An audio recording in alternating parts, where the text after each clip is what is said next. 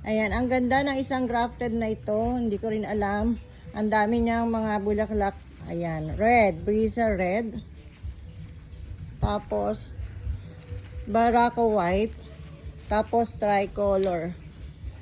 Tricolor. And then, ayan, chili yellow. Ang dami niyang chili sa taas. And then, ito, mahara. Yung red mahara to eh. Tapos variegated yung dahon. Hindi ko alam kung ano eksakto na ID niya. Basta ayan. Tapos may king opal dito. Yan, madami yung king opal niya sa side na to. Yan, ganyan siya. Ayan. Kung interesado po kayo dito, screenshot lang po sa ganyan. 123 click. And then send po sa ating Facebook page, Royal Garden of Bougainvillea, para po sa iba pang detalye.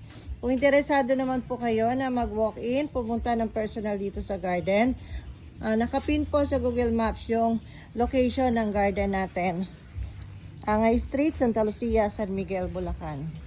Yan, open for walk-in po tayo from 8 a.m. to 5 p.m.